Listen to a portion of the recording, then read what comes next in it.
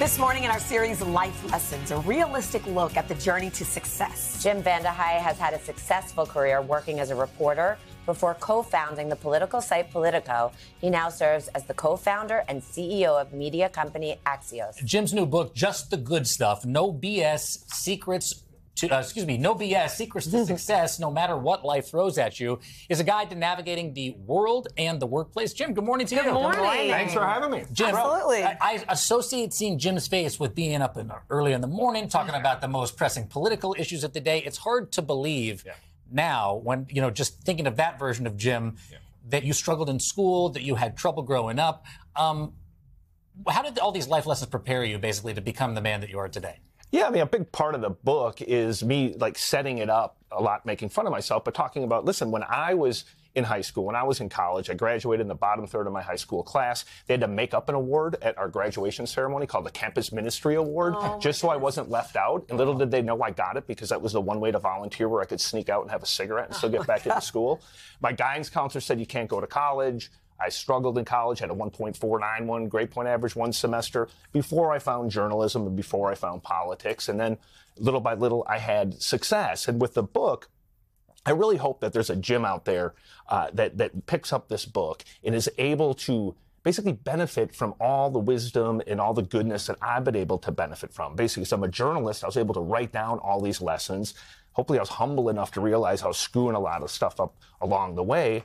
And the book, the whole idea is hopefully someone takes these, and these are the lessons I wish someone had taught me back then, and has some success. I love that. So let's dig. I could talk to you about just that already, but for the sake of time, let's dig into some of the wisdom that you give us. And the first one is the power of being a good listener. We say it, but what's the trick to really do it? And then you notice the difference too when someone is really engaged. Me and Jim.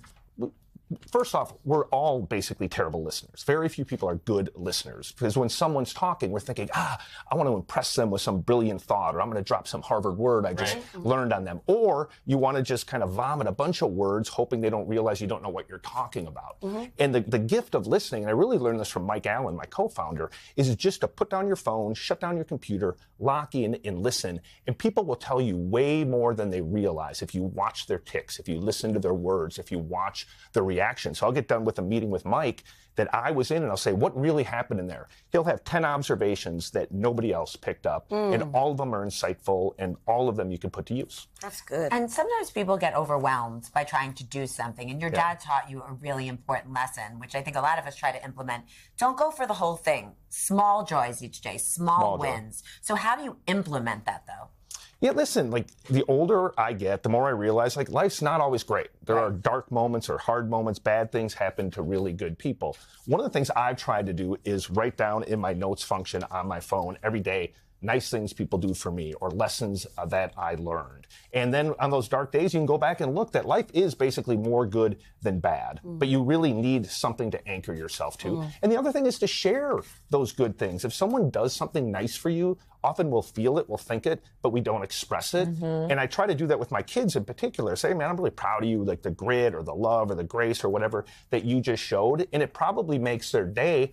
And the reason I know that is because when they do it to me, it's the thing I write down in my diary because it made my day. That's nice. Jim Vandehei, this book is going to make you better, guys. Thank you so much for being here. We appreciate you guys. Go check it out right now. Just the Good Stuff available now. I'm here for Just the Good Stuff. Yeah.